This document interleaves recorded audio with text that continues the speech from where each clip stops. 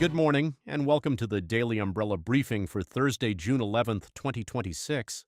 We bring you the biggest local headlines, community updates, weather, and a few fun facts to start your day. Let's dive in.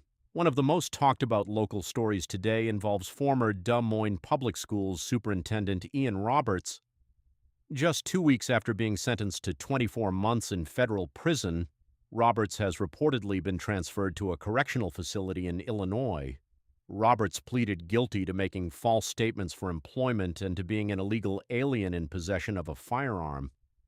The case drew significant attention across Iowa because of Roberts' high-profile role in the state's largest school district. Meanwhile, a tragic incident in Adel is raising questions about mental health and crisis intervention. A 26-year-old man was killed and his father wounded during a confrontation that followed what family members describe as a severe mental health crisis.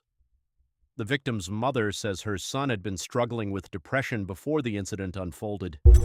And in eastern Iowa, more economic concerns are emerging.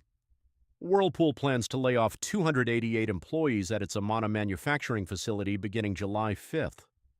This follows several rounds of workforce reductions over the past year and reflects ongoing challenges in the manufacturing sector. In Sioux City, the school board approved a resignation and settlement package worth approximately $325,000 for Associate Superintendent Angela Bemis. The vote passed during a recent board meeting and has generated discussion about district leadership and accountability. Nationally, delegates at the Southern Baptist Convention voted overwhelmingly to advance a formal ban on churches that have women serving as pastors, reinforcing long-standing conservative positions within the denomination. And internationally, unrest continues in Northern Ireland following a knife attack that sparked anti-migrant riots. Authorities have charged a Sudanese asylum seeker with attempted murder and other offenses related to the attack. Let's check today's forecast. Thursday brings scattered storms and cooler temperatures, with a high near 81 degrees and about an 80% chance of rain. Friday looks much nicer, with sunshine and temperatures around 82 degrees. Saturday brings another chance of afternoon storms, with highs in the low 80s. For allergy sufferers, conditions remain relatively mild. The pollen index is low today, with mulberry oak and grasses leading the list of allergens. There are plenty of entertainment options around central Iowa this week. Tallgrass Theater is presenting Sideshow through June 13th. Uncanny Community Theater opens Once Upon a Mattress beginning June 12th. The Des Moines Performing Arts Summer Family Series continues with free events around the metro, while the Des Moines Playhouse is currently staging the comedy classic Noises Off 3 through June 21st. If you're planning ahead for family activities, Polyglot Theater's interactive production Bees will visit several metro communities in July, giving children a chance to become part of the performance itself. Today's fun fact comes from pizza lovers.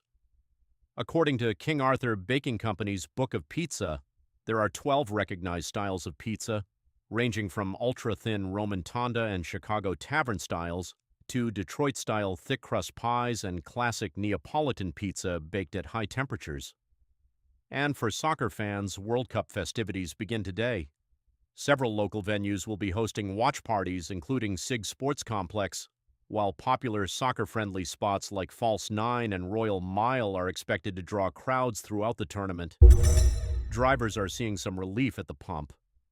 8AA reports that regular gasoline in Iowa is averaging $3.78 per gallon, down 13 cents from last week. Diesel prices also fell, averaging $4.87 statewide. The lowest reported gas prices in the metro area include a Hy-Vee on Southeast Army Post Road in Des Moines at $3.44 per gallon, followed closely by Casey's locations in Indianola and Milo. On this day in 1776, the Continental Congress appointed the Committee of Five, Thomas Jefferson, John Adams, Benjamin Franklin, Roger Sherman, and Robert Livingston, to draft what would become the Declaration of Independence. Also on June 11, 1963, federal authorities enforced the desegregation of the University of Alabama, allowing students Vivian Malone and James Hood to register despite opposition from Governor George Wallace. And that's your Daily Umbrella Briefing for Thursday, June 11th. Stay safe if storms move through your area, enjoy the cooler temperatures, and if you're headed out for lunch, maybe take advantage of one of those Thursday specials around town. And remember, you can receive the Daily Umbrella in your email inbox for free each weekday morning. Sign up at www.thedailyumbrella.com. Thanks for listening, and we'll see you next time.